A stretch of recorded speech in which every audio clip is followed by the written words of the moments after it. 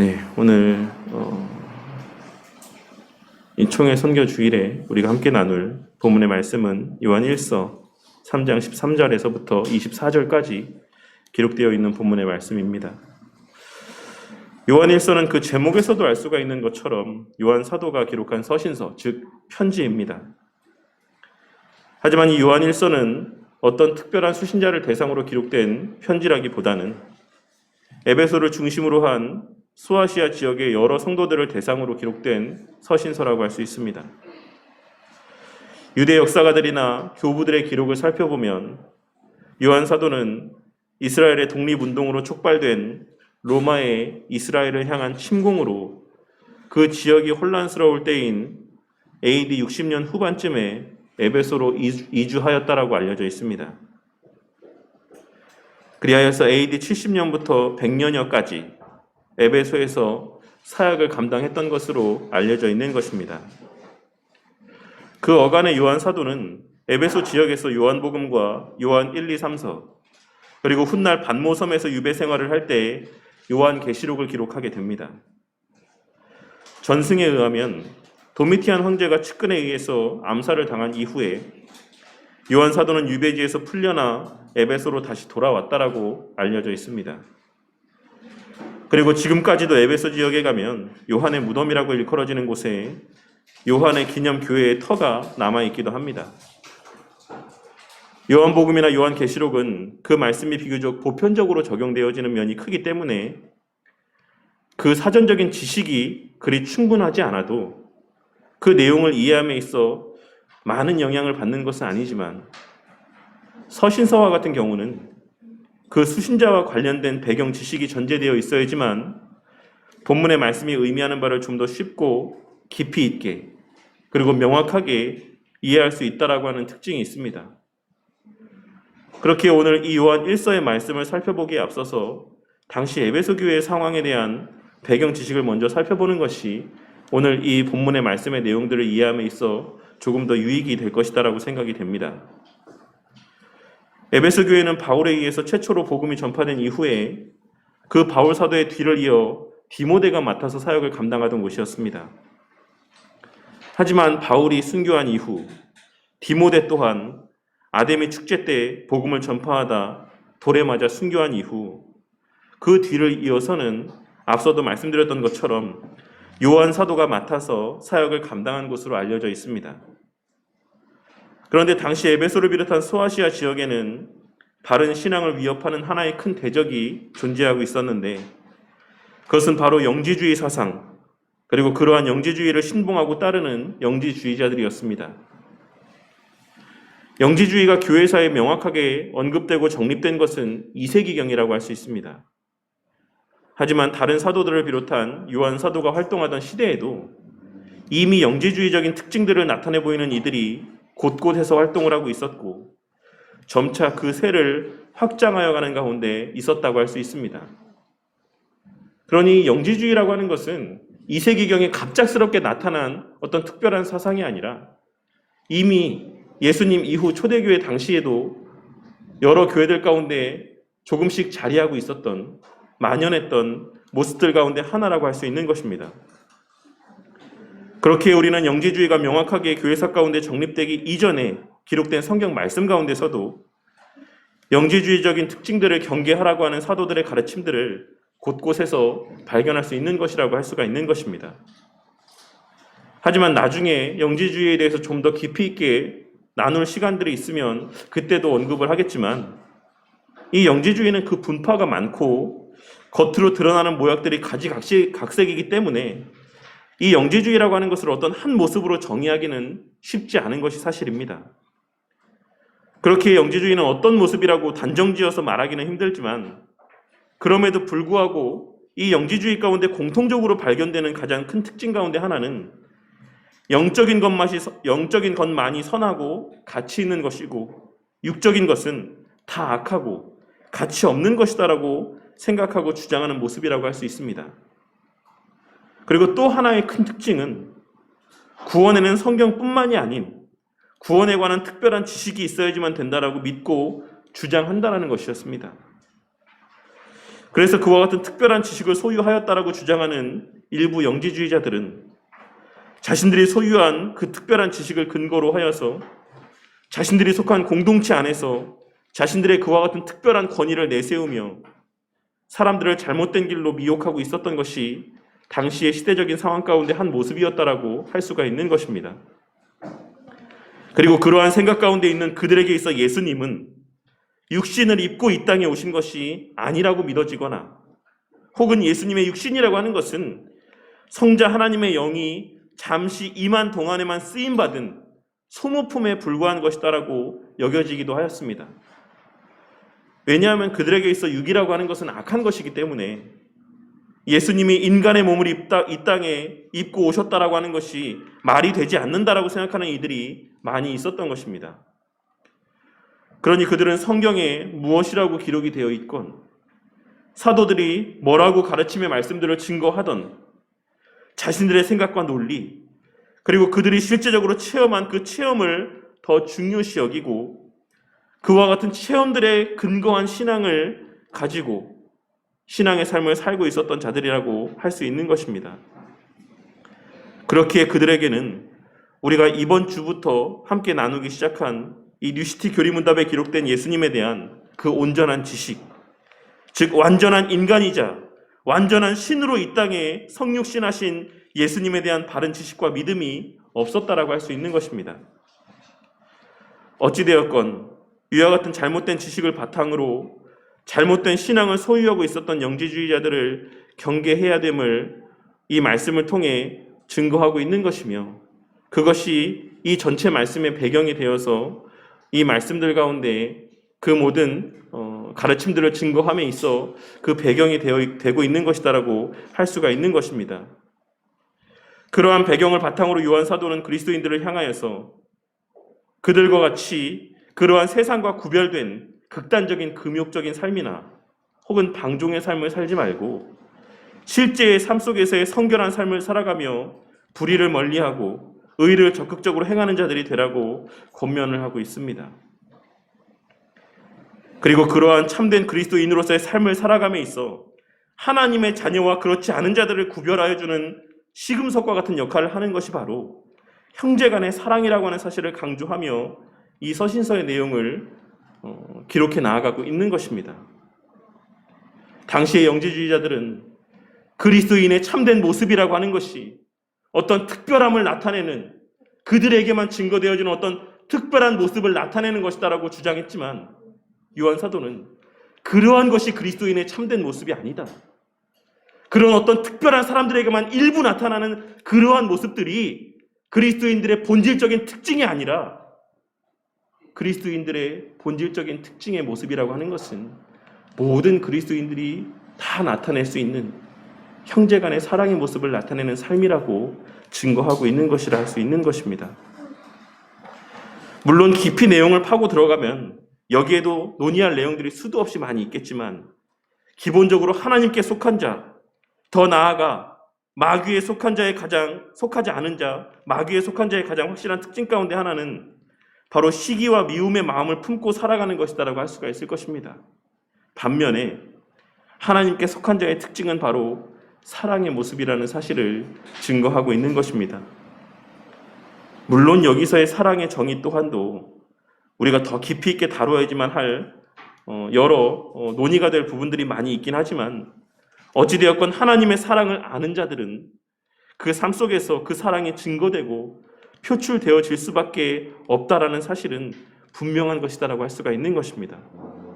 그리고 그러한 맥락에서 요한 사도는 성도 간의 사랑을 강조하고 있는 것이며 그와 같은 맥락에서 요한 1서의 주제 또한 우리가 여러 말씀 가운데 함께 나누었던 바와 같이 그리스도에 대한 바른 지식으로 말미암는 하나님에 대한 사랑과 그로 말미암은 주 안에서의 형제 자매된 성도들 간에 공유되어질 수밖에 없는 사랑의 교제에 대해서 말씀을 하고 있는 것이다라고 할 수가 있는 것입니다. 5월은 가정의 달이기도 하고 특별히 오늘은 총회 선교 주일이기도 합니다. 이 총회 선교 주일이자 가정의 달의 세 번째 주일인 이 시간에 참된 성도에게서 증거되고 표출되며 공유되어질 수밖에 없는 주 안에서의 한 가족된 성도들 사이에서의 사랑에 대해서 함께 생각해보고 그 안에서 공유되어지고 표출되어질 수밖에 없는 그 사랑의 본 모습에 대해서 오늘 말씀을 통해 함께 또 나누어 보는 시간을 갖고자 합니다. 그리하여서 우리 교회 공동체가 우리 교회 안에서의 성도들 간의 사랑의 교제는 물론이요, 더 나아가 주 안에서 형제 자매된 이 땅의 모든 주의 몸된 교회들과 선교지 교회들을 향한 사랑 또한 행함을 통해 실제적으로 나타나고 또한 증거되어지는 그러한 교회 공동체가 되기를 바라겠습니다. 오늘 우리가 함께 살펴볼 이 본문의 말씀은 예수님께서 이 땅에 교회라고 하는 성도의 공동체를 세우신 궁극의 이유 가운데 하나라고 할 수 있는 성도들 사이에서의 형제 사랑이 어떻게 실천되어지고 증거되어져야지만 되는지를 나타내 보여주는 말씀이라고 할 수 있습니다. 그리고 그와 같은 주제를 시작함에 있어 요한 사도는 13절에 기록된 말씀인 형제들아 세상이 너희를 미워하여도 이상히 여기지 말라는 말씀으로 이 주제에 대한 말씀을 시작하고 있는 것입니다. 이 말씀을 통하여서 우리는 당시 본서의 수신자들인 소아시아 지역의 그리스도인들이 주변의 여러 사람들로부터 심한 미움을 받았고 그로 인한 마음의 상함이 컸을 것이다라고 하는 사실을 유추해 볼 수 있을 것이다라고 생각합니다. 그리고 실제로 도메티안 황제 당시에 예전에 요한계시록 설교를 하면서도 말씀을 드렸던 바와 같이 당시 일반적으로는 황제들이 죽고 난 이후에 원로원에서 그 황제를 신으로 추대하고 섬겼던 일반적인 모습들과는 달리 도미티안 황제는 자신이 살아있는 동안에 그 살아있는 자신을 신으로 추대하고 자신을 섬기기 위한 신전을 짓고 사람들로부터 신으로서의 숭배를 받고자 하였습니다. 그래서 그 신전에서 자신에 대한 숭배의 모습을 나타내는지 그렇지 않은지를 통하여서 도미티안 황제는 그리스도인들을 비롯한 자신을 따르고 섬기지 않는 자들을 판별해내었고 그로 인해 당시 그리스도인들은 극심한 박해를 받고 있었던 것입니다. 그리고 물론 우리가 전적으로 신뢰할 수 있는 내용이 아니긴 하지만 요한 사도 자신도 그 신전에서 참배를 거부함으로써 실제로 여러 극형에 처하여졌지만 그러한 극형 속에서도 요한 사도는 죽음을 맞이하지 않았다라는 전승이 내려져 오고 있기도 합니다. 그래서 결국 요한 사도를 죽일 수 없었던 황제는 반모섬에 있는 노역장으로 요한 사도를 보내게 된 것이고 그곳에서 극심한 노역에 시달리는 유배 생활을 하게 된 것이다라고 전해지고 있기도 한 것입니다. 그리고 이와 같은 내용들을 통해 우리는 당시 그리스도인들이 속한 그 당시 사회 안에서 그리스도인들은 반사회적인 존재들이자 핍박받고 미움받는 대상들이었다라고 하는 사실을 확인할 수가 있는 것입니다. 하지만 요한 사도는 그러한 당시 그리스도인들을 향해서 그러한 세상 사람들의 모습을 이상히 여기지 말라라고 말씀을 하고 있는 것입니다. 왜냐하면 하나님을 섬기고 하나님의 법을 따르는 자들은 세상에 속한 자들이 미워하는 그와 같은 미움을 받는 것이 당연한 것이기 때문인 것이며 그것이 오히려 우리가 하나님 편에 속하였다라고 하는 사실에 대한 반증이 되는 것이기 때문이기도 한 것입니다. 하지만 우리가 한 가지 주의할 것은 여기서 이와 같은 말이 그리스도인들은 세상의 법을 지키지 않아도 된다라는 것을 말씀하고 있는 것이 아니다라는 사실을 우리는 깨달아야지만 될 것입니다. 자신의 행실이 말씀에 합당한 삶을 살지 못하고 있음으로 인한 손가락질까지도 정당화해주는 말씀이 아니다라는 사실을 우리는 깨달아야지만 된다라는 것입니다. 마치 오늘날 불법 집회를 하는 그리스도인들이 자신들의 행위를 진리를 위한 핍박이라고 생각하며 그 행위를 정당화하고 더 나아가서 의롭다라고까지 여기는 것과 같이 그러한 불법적인 행위들을 정당화해주는 말씀이 아니다라고 하는 것, 이 말씀이 그와 같은 상황 가운데 적용되어질 수 있는 의미가 아니다라는 사실을 우리는 반드시 깨달아야지만 된다라는 것입니다. 이어서 14절의 말씀을 증거하고 있는데 우리는 형제를 사랑함으로 사망에서 옮겨 생명으로 들어간 줄을 알거니와 사랑하지 아니하는 자는 사망에 머물러 있느니라 라고 말씀을 하고 있는 것입니다. 그런데 이 말씀이 찬찬히 한번 읽어보시면 아시겠지만 한글 번역 성경에는 마치 형제를 사랑하는 것이 사망에서 생명으로 옮겨지는 것의 조건이 되는 것처럼 그와 같은 뉘앙스로 기록되어 있는 것을 확인할 수가 있습니다.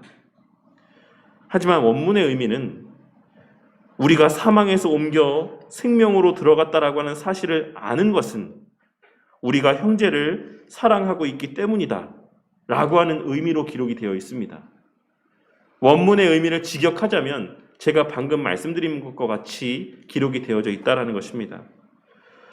요한 사도는 형제를 사랑하는 것이 우리의 구원의 조건이라고 이 본문 말씀에서 증거하고 있는 것이 아니라 우리가 구원을 받았음에 대한 증거가 바로 형제를 사랑하는 모습으로 증거되고 표출되어지는 것이다라고 말씀하고 있는 것입니다. 그러니 이는 우리가 형제를 사랑하지 못하고 미워하며 시기하고 있다라고 하는 것은 우리의 구원에 대해서 스스로에게 자문해 보아야 될 필요가 있다라는 사실을 의미하는 표현이라고도 할 수가 있는 것입니다. 그리고 이어지는 15절 말씀을 통해 좀 더 적극적인 의미의 말씀을 하고 있는데 그것은 바로 그 형제를 미워하는 자마다 살인하는 자니 살인하는 자마다 영생이 그 속에 거하지 아니하는 것을 너희가 아는 바라 라고 하는 말씀인 것입니다. 이 말씀은 우리가 잘 알고 있는 것처럼 마태복음 5장 21절과 22절에 기록된 예수님의 산상수훈의 말씀 가운데서 예수님께서 친히 하신 말씀입니다. 이 말씀의 의미를 14절에 기록된 말씀과 연관지어서 생각을 해보자면 미워하는 것은 곧 사랑하지 않는 마음에서 발로가 된 마음인 것이며 형제를 사랑하지 않는 마음은 더 나아가 형제를 미워하는 적극적인 반응으로 이어지게 될 수밖에 없다라는 사실을 말씀하고 있는 것이다라고도 할 수가 있는 것입니다. 그러므로 우리는 이 말씀의 내용을 통해 나는 그 형제를 사랑하진 않았지만 그렇다라고 해서 미워한 적도 없다. 나는 미워하지는 않았다. 라고 말할 수는 없다라는 사실을 발견하고 깨달을 수 있어야지만 될 것입니다. 사랑하지 않는 것, 포용하지 않는 것, 이해하고 용납하지 않는 것은 하나님 편에서 보셨을 때는 넓은 의미에서 미워하는 범주에 속한 모습인 것이며 그런 의미에서 우리는 형제를 미워하지 않는 수준에 머물러 있어도 되는 것이 아닌 적극적으로 포용하고 이해하고 용납하고 사랑하는 지경에까지 나아가야지만 되는 의무가 우리 가운데 부여되어 있다는 사실을 오늘 말씀을 통해 발견하고 깨달을 수 있어야지만 되는 것입니다. 왜냐하면 이어지는 말씀에서도 언급하겠지만 하나님 편에서 우리 각자에게 나타내 보여주신 사랑의 모습이라고 하는 것은 우리를 그냥 미워하지 않는 수준에 머무르셨던 것이 아니라 죄된 우리를 포용하고 이해하고 용납하시는 데까지 나아갔던 적극적인 사랑의 행위의 모습이었기 때문인 것입니다. 그리고 그와 관련된 모습들이 바로 말씀들이 바로 이어지는 16절에 기록된 말씀인 것입니다. 16절 말씀에서의 우리가 이로써 사랑을 알고라는 표현은 예수님께서 우리를 위하여 목숨을 버리셨다는 사실로부터 우리가 참된 사랑이 무엇인지 우리가 형제를 향하여 나타내 보여야지만 되는 사랑의 모습이 어떠한 것인지를 알 수 있다라고 하는 의미의 말씀입니다. 우리가 하나님으로부터 친구를 위해 목숨을 바치는 사랑을 받았으니 우리 또한 우리 형제들을 향해 그와 같은 사랑을 나타내므로 서로 사랑하는 것이 진실된 사랑의 교제를 나누는 것이 당연한 것이고 마땅한 것이 아니냐는 의미의 말씀의 표현인 것입니다. 그리고 이어지는 17절과 18절의 말씀은 그와 같은 형제 사랑의 구체적인 방법들을 말씀하고 있는 것입니다. 그 중에 하나는 형제의 궁핍함을 보고도 도와줄 마음을 닫으면 이라고 하는 말씀의 의미 가운데 담겨져 있는 내용이라고 할 수가 있는데 이는 의도적으로 또 의지적으로 도와줄 마음을 갖지 않는 것을 의미하는 표현입니다. 형제의 어떤 안타까운 상황을 마주하게 되었을 때 그 마음 가운데 긍휼의 마음이 드는 것은 인간의 본성이자 더 나아가 그리스도인들에게 있어서는 내주하시는 성령 하나님께서 말씀하시는 하나님의 음성에 대한 반응이라고 할 수 있습니다. 그러므로 형제의 궁핍함을 모른 척하는 것은 일반적인 사람들의 수준에도 미치지 못하는 바람직하지 못한 삶의 모습인 동시에 더 나아가 그리스도인들에게 있어서는 하나님의 음성에 불순종하고 대적하는 죄인의 모습이기도 하다라는 사실을 우리는 깨닫고 명심하며 살아가야지만 되는 것입니다. 그러므로 그와 같이 하나님을 대적하고 그리스도인답지 못한 삶의 모습을 지향하기 위해 우리는 말과 혀로만 사랑하는 것이 아닌 실제적으로 진실된 그 마음이 수반된 선한 행실, 긍휼의 행위들이 우리의 삶 가운데 실제적으로 증거되고 나타나져야지만 된다라는 사실을 말씀하고 있는 것이라 할 수 있는 것입니다. 그리고 이는 그래야지만 된다라고 하는 명령의 말씀이기도 하지만 진실된 긍휼의 마음이라고 하는 것은 그에 따르는 진실된 행위가 참된 행위가 뒤따를 수밖에 없다라고 하는 당위적인 의미의 말씀을 하고 있는 것이기도 하다라는 사실을 우리는 깨달을 수 있어야지만 될 것입니다. 그리고 우리가 그렇게 형제를 향하여 선한 사랑의 행실들을 나타낼 때 우리 안에 하나님을 향한 신뢰와 믿음은 더욱 강건하여질 것이다라고 말씀하고 있습니다. 왜냐하면 아직 죄된 본성이 그 안에 남아있는 우리도 우리의 긍휼함으로 형제를 불쌍히 여기고 돕는데 선하신 하나님께서 우리의 부족과 연약함과 안타까운 사정들을 모른 척 하실 수 있겠느냐 라고 하는 결론에까지 우리는 다다를 수 있기 때문이라고 할 수가 있는 것입니다. 우리도 이처럼 죄된 본성이 남아있는 우리도 이처럼 어떤 이들의 안타까운 상황들을 바라볼 때 긍휼의 마음들이 드는데 온전한 선하신 하나님께서 우리의 안타까운 상황들을 바라보실 때 하나님께서 가만히 있으실 수 있겠느냐? 하나님께서 도움의 손길들을 내뻗지 않으실 수 있겠느냐? 하나님께서는 결코 모른 척하지 않으실 것이다 라고 하는 확신에까지 우리는 나아가게 될 것이다 라고 오늘 말씀은 증거하고 있는 것입니다. 그리고 이어지는 20절에서부터 22절까지의 말씀은 19절 말씀의 부연 설명과도 같은 말씀입니다. 20절은 만약 우리가 선한 행실을 하지 않고 우리 마음 가운데 불편함, 찜찜한 마음들이 있다라고 한다면 우리가 보기에도 그런데 하물며 하나님께서 우리의 그 모습을 보시기에 그 행실이 얼마나 큰 잘못된 모습으로 비춰지겠느냐. 어떻게 그러한 상황들 속에서 우리가 하나님과 바른 관계를 유지하며 하나님과의 교제 가운데 살아갈 수가 있겠느냐라고 하는 의미의 말씀이라고 할 수 있습니다. 반면에 21절과 22절 말씀에서와 같이 우리가 우리 스스로를 돌아보아도 우리가 그 마음의 긍휼의 마음대로 선한 행실들을 행하며 살아간다라고 한다면 우리는 하나님 앞에 담대하게 나아가 그러한 바른 신앙을 가진 자로서 품게 되는 모든 소망들을 하나님 앞에 스스럼 없이 구할 수 있고 또한 받을 수 있다라는 사실을 이야기하고 있는 것입니다. 왜냐하면 그와 같은 하나님 앞에서의 선한 행실들을 나타내 보이며 살아가는 하나님의 자녀들은 그 구하는 것 또한 자기 자신만을 위한 이기적인 간구가 아닌 하나님의 나라와 그 의를 위한 간구를 올려드릴 수밖에 없는 것이기 때문이라고 할 수 있는 것입니다.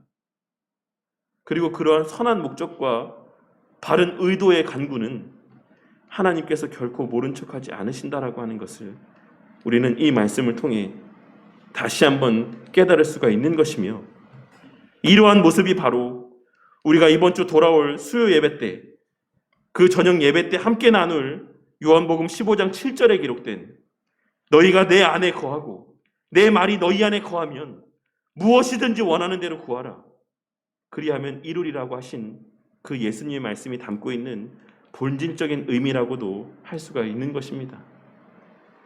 그냥 너희들이 선한 삶을 살아가면 너희들이 구하는 모든 것들을 하나님께서 다 응답해 주실 것이다 라고 하는 것을 말씀하고 있는 것이 아니라 선한 행실을 나타내 보이는 삶을 살아가는 것, 본질적으로 하나님 앞에 선하다고 여겨지는 삶을 살아가는 그와 같은 삶이 어떻게 가능한 것인지를 먼저 짚어서 설명하고 있는 것이고 그와 같이 하나님의 은혜로 말미암아 선한 행실들을 나타내 보이며 살아가는 사람들은 그 입술을 통해 반드시 하나님의 선하신 뜻에 합당한 것을 간구할 수밖에 없다라는 사실이 전제되어 있는 것이고, 그러한 자들의 입술에서 고백되어지는 모든 것들을 하나님께서는 결코 모른 척하지 아니하시고 다 응답하실 것이다라는 사실을 말씀하고 있다라는 것을 우리는 오해함 없이 이 말씀의 의미들을 깨달을 수 있어야지만 되는 것입니다.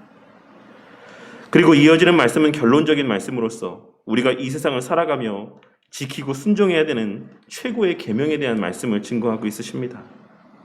그것은 첫째로 예수 그리스도의 이름을 믿는 것입니다. 본문에서의 믿다라고 하는 의미의 표현은 신뢰하다, 의지하다, 인정하다라고 하는 의미의 표현입니다. 그리고 이는 앞서 서두에 언급했던 영지주의자들을 염두에 두고 있는 표현이라고 할 수가 있는 것입니다. 예수님께서 인간의 몸을 입고 오신 하나님의 아들이신 그리스도이심을 인정하고 그 사실을 신뢰하고 그로 말미암는 믿음을 그 마음 가운데 새기고 살아가라는 것을 말씀하고 있는 것입니다. 왜냐하면 이미 수도 없이 반복하여 말씀드렸던 것처럼 예수님의 성육신에 담긴 그 의미를 온전하게 깨닫는 것이, 그로 말미암아 우리 가운데 표출하고 증거하신 그 사랑의 의미를 바르게 깨닫는 것만이 하나님 편에서 우리에게 나타내 보이신 그 사랑을 온전히 이해할 수 있는 궁극의 방편이 되는 것이기 때문이라고 할 수 있는 것입니다. 이를 통해 요한 사도는 이와 같은 본질적인 믿음이 공유되어지는 관계 안에서 우리는 주 안에서 형제 자매가 될 수 있다는 사실을 먼저 전제하고 있는 것입니다. 하나님에 대한 바른 지식을 공유하는 그와 같은 바른 믿음을 소유한 이 공동체 안에서 우리는 참된 형제 자매 사이에서의 사랑의 교제를 나눌 수 있다는 사실을 먼저 전제하고 있다고 할 수 있는 것입니다. 그리고 또한 둘째로 그러한 믿음이 있는 자들 안에서 서로 적극적으로 행함이 있는 사랑을 나타내 보이라고 말씀하고 있습니다. 그 사랑은 실제적이고 현실적인 사랑이며 목숨까지도 바칠 정도의 사랑이 되어야지만 된다는 사실을, 말뿐이 아닌 진실된 행함이 수반되는 사랑의 모습이어야지만 된다는 사실을 말씀하고 있는 것입니다. 예수님께서 우리를 위해서 생명을 내어주신 바와 같이 예수님께서 입으로만 우리를 사랑하신 것이 아니라, 하나님께서 말로만 우리를 사랑하신다라고 말씀하신 것이 아니라 그 행함을 통해, 적극적인 행함을 통해 우리를 향한 사랑을 나타내 보여주시고 확증하셨던 것처럼 우리의 이 교회 공동체 안에서의 서로를 향한 사랑 또한도 그저 입으로만 사랑한다라고 고백하는 사랑이 되어서는 안 되는 것이다라고 하는 사실을 이 말씀을 통해 증거하고 있는 것이다라고 할 수 있는 것입니다.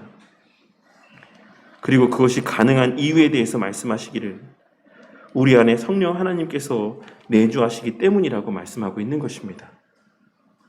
진리의 영이신 성령 하나님께서 우리 안에 분별의 능력을 주셔서 진리 안에서 주 안에서의 형제 자매들에 대한 확신과 사랑의 마음들을 품게 하여 주시고 형제 안에서 참된 사랑을 나타내 보일 수 있도록 능력을 더하여 주신다라는 사실을 말씀하고 있는 것입니다.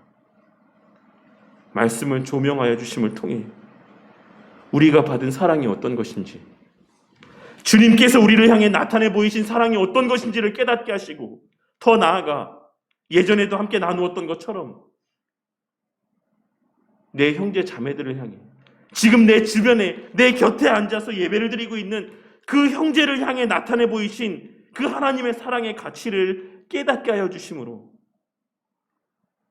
우리의 그 신앙의 삶이라고 하는 것이 이기적인 삶이 아닌 이타적인 삶이 될 수밖에 없다라는 사실을 깨닫게 하여 주시는 것이고, 그러한 삶을 살아갈 때 그 마음 가운데 찔림을 주시고 긍휼의 마음들을 주시고 의지들을 발휘하게 하셔서 형제들을 향한 선한 행실들을 나타내 보이게 해주실 것이다라는 사실을 말씀하고 있는 것입니다. 그리고 그와 같은 모습들은 초대교회 당시에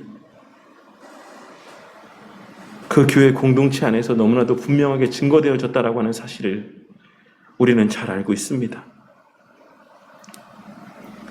서로가 서로를 숨겨주고 보호해주고 서로에 대하여 끝까지 입을 열지 않는, 모진 고문 속에서도 다른 형제에 대한 이야기들을 발설하지 않는 그와 같은 모습들로 증거되어졌다라는 사실을 우리는 잘 알고 있는 것입니다. 여러 핍박으로 궁핍함 가운데 있는 자들에게 자신이 가진 것들을 아낌없이 내어주고 끝까지 그 교회 공동체 안에서 공유되어지는 비밀들을 발설하지 않으며 모진 고문 가운데 죽어갔던 초대교회 성도들의 모습을 통해 오늘 말씀에서의 요한 사도가 이야기한 이 성도 사이에서의 증거되어지고 표출되어질 수밖에 없는 사랑의 모습이 어떤 것인지를 우리는 확인할 수가 있는 것이고, 그러한 그들 사이에서의 실제적인 사랑과 섬김들을 하나님께서는 귀하게 선용하심으로 더 크고 풍성한 복음의 열매들을 맺게 하여 주셨고, 그와 같은 모진 핍박과 고난 속에서도 하나님의 구속 역사를 계속하여 이루어 가셨던 것입니다. 오늘의 말씀을 통해 요한 사도는 우리를 향하여서 참된 하나님의 자녀가 누구인지, 그 자녀들 사이에 나타나고 증거되어질 수밖에 없는 삶의 모습은 어떠한 것인지를 말씀하고 있습니다. 요한 사도는 오늘 말씀을 통하여서 오직 예수님만이 우리의 구원자이시며 예수님께서 인간의 몸을 입고 이 땅에 오셔서 우리의 죄를 대신하여 십자가에 달려 죽으심으로 우리의 죄가 사하여졌다라고 하는 사실을 믿는 자, 그와 같은 십자가 대속의 사역에 담긴 참된 가치와 사랑의 의미들을 아는 자들이 바로 하나님의 참된 자녀라고 말씀하고 있는 것이며, 그와 같은 동일한 믿음을 소유한 자들 가운데서는 반드시 주님께서 우리를 향해 나타내 보이신 것과 동일한 서로 간의 참된 사랑이 공유되어지고 나타날 수밖에 없다라는 사실을 말씀하고 있는 것입니다. 그런데 당시 에베소 교회 안에는 앞서 서두에 언급했던 영지주의자들을 경계하는 마음으로 인하여서 형제들 사이에서조차 지나친 교리적인 논쟁들이 빈번하였다라고 하는 사실을 우리는 기록된 말씀과 또한 여러 역사적인 문헌의 내용들을 통해 확인할 수 있습니다. 그로 인해 주의 몸된 교회 안에 형제 간의 사랑의 모습과 섬김의 모습들이 점차 사라져갔던 것입니다. 이는 진리 수호를 위한 교리 논쟁의 부작용 가운데 하나라고 할 수가 있을 것이다라고 생각이 됩니다. 당시 에베소 교회는 쉽게 말해 지식은 있되 가슴은 차가운 교회가 되어갔던 것이며, 그렇기에 요한계시록의 에베소 교회를 향한 예수님의 말씀 또한 우리가 함께 나누었던 말씀의 내용과 같이 그 사랑의 마음을 잃어버린 교회라 평가받았던 것이다라고 할 수가 있는 것입니다. 그리고 그러한 교회를 향해 요한 사도는 우리가 진리 안에 서 있는 것은 너무나도 중요한 것은 맞긴 하지만 우리가 진리와 상관없는 일들까지도 불필요하게 논쟁함으로써 형제 간의 사랑을 저버리는 모습은 결코 바람직한 그리스도인의 모습이 아니다라고 하는 사실을 권면하고 있는 것이다라고도 할 수가 있는 것입니다. 실제로 요한은 나이가 더 들어서 이제 더 이상 오랜 시간 설교를 할 수 없게 되었을 때에 설교 대신 짧은 권면으로 그 설교를 대신하였다라고 알려져 있는데, 그 설교의 내용이나 권면의 내용 대부분이 바로 서로 사랑하라는 권면의 말씀이었다라고 전해지고 있습니다. 그리고 이는 그리스도인들에게 있어 형제를 사랑한다라고 하는 것이 얼마나 중요한 것이며 그것이 그 자신의 구원의 문제와 얼마나 밀접한 관계를 맺고 있는 것인지를 잘 나타내 보여주는 것이다라고 할 수가 있을 것이다라고 생각합니다. 오늘날 수많은 개혁주의 교회들이 바른 진리를 파수하는 것, 계승하는 것을 우리의 가장 귀하고 큰 사명이라고 여기며 살아가고 있지만, 그에 못지않게 하나님께서는 그 진리를 깨달음으로 말미암는 형제 간의 사랑을 귀하고 가치 있게 보신다라는 사실을 우리는 결코 간과해서는 안 된다라는 것입니다. 그렇다면 우리는 왜 형제 자매들을 사랑해야지만 되는 것이겠습니까? 그것은 우리 주님께서 우리 형제 자매들을 그 누구보다 사랑하시기 때문이라고 할 수가 있는 것입니다.